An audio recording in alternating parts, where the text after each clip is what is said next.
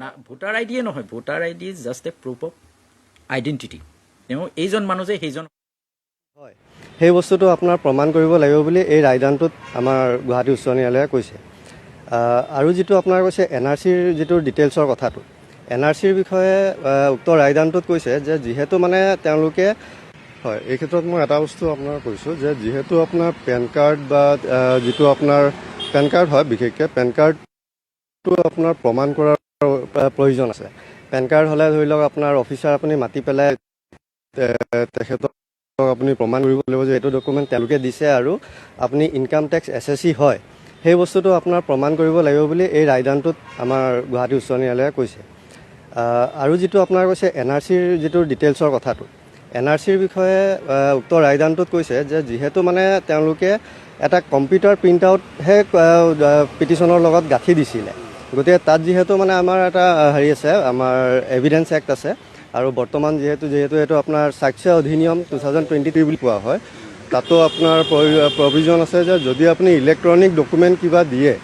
তেনেহ'লে আপুনি লগত এটা চাৰ্টিফিকেট দিব লাগে 63 ছাবছেকশ্যন 4ৰ আণ্ডাৰত। তো সেই চাৰ্টিফিকেটটো নিদিয়াৰ কাৰণে এই ৰায়দানত বিশেষকৈ কোৱা হৈছে, সেইটোৰ ওপৰত কৈছে যে NRCটো সেইকাৰণে বিশ্বাসযোগ্য নহয় বুলি কৈছে।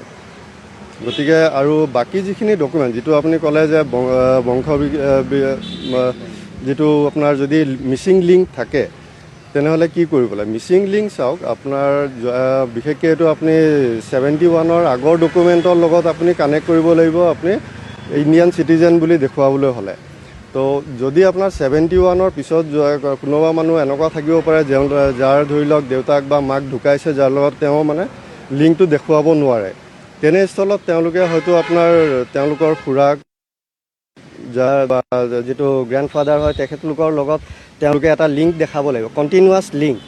আৰু যদি কিবা আপোনাৰ ভোটাৰ ডিটেইলছত যদি কিবা নামৰ খেলি মেলি থাকে বা যদি ধৰি লওক বয়সৰ খেলি মেলি থাকে, তেওঁলোকে সেইটো তেওঁলোকৰ যিটো ইলেক্টৰেল অফিচাৰ বুলি কোৱা হয়, তেওঁলোকক মাতি তেওঁলোকে সেই বস্তুটো প্ৰমাণ কৰিব লাগিব যে এইটো তেওঁলোক এতিয়া যোনে প্ৰচিডি হয়, যোনে মানে কেছটো খেলিছে, যাৰ ওপৰত নাগৰিকত্বৰ সন্দেহ হৈছে, তেখেতে নিজে বস্তুটো এইটো অফিচাৰক চামন দিব লাগিব।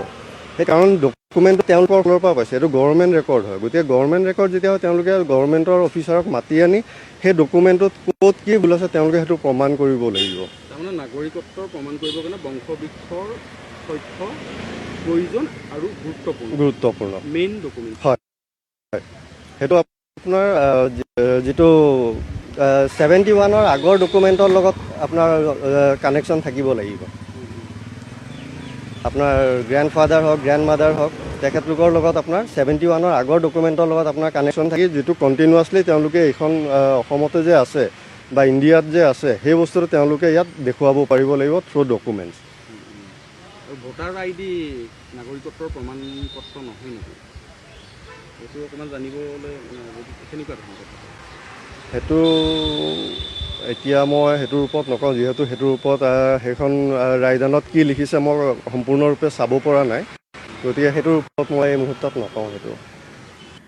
যে পান কাৰ্ড, ভোটাৰ ID আৰু যিখন আপোনাৰ NRC যিখন শ্লিপ, সেইটো ভেলিড ডকুমেণ্টছ নহয় টু প্ৰুভ চিটিজেনশ্বিপ। এই ভোটাৰ ID, পেন কাৰ্ড, এইবোৰ কথা আজিৰ ইছ্যু নহয়, it is settle position of law. এইটো জাজমেণ্টত সেইটো অকণমান জানিবলৈ মানে বহুবাৰ গুৱাহাটী উচ্চ ন্যায়ালয়ে কৈ থৈছে। 2019ত ৰাবিয়া খাতুন বুলি এটা জাজমেণ্ট দিছিল, এইটো আছিল 4986/2016,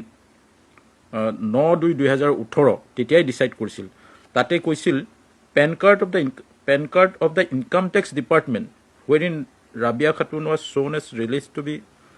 কুদ্দুছ আলী। আৰু সেই তেওঁ তাত কোৱা হৈছিল যে পেন কাৰ্ডটো যিহেতু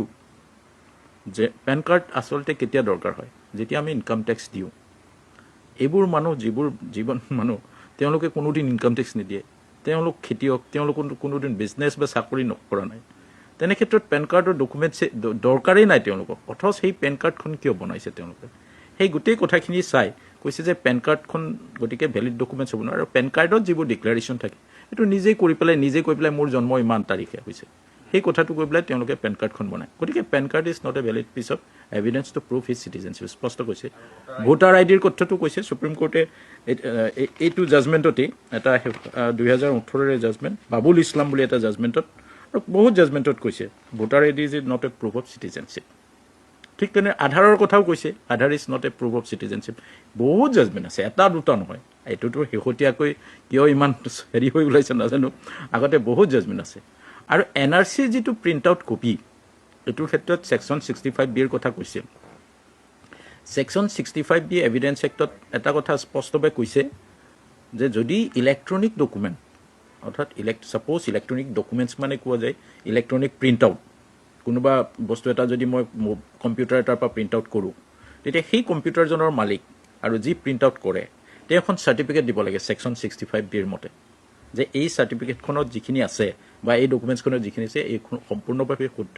তাত এটাও মেনিপুলেট কৰা নাই এইবোৰ বহুত কথা লিখি তেওঁ এখন চাৰ্টিফিকেট দিব লাগে আৰু সেইটো চাৰ্টিফিকেট প্ৰুভ কৰি তাত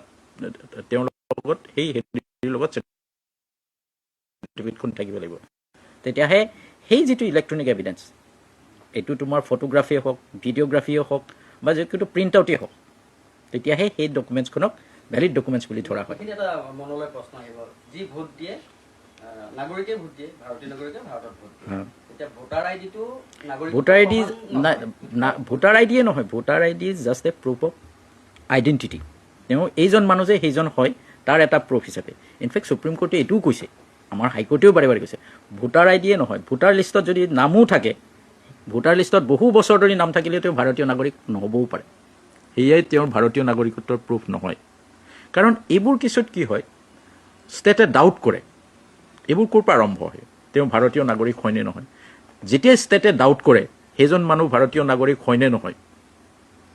তেতিয়া তেওঁৰ দায়িত্ব থাকে তেওঁ ভাৰতীয় নাগৰিক হয় বুলি প্ৰমাণ কৰাৰ তাৰ কাৰণে তেওঁ অকল ভোটাৰ আইডি বা অকল এখন ভোটাৰ লিষ্ট আৰু অকল এখন এই যিকোনো এখন ভোটাৰ ফটো আইডি বা এখন আধাৰ বা হেৰিয়ে লৈ আহিলেই নহ'ব গতিকে এইখিনি সকলোখিনি বস্তু প্ৰুফ কৰিব লাগিব তেওঁ স্পষ্টভাৱে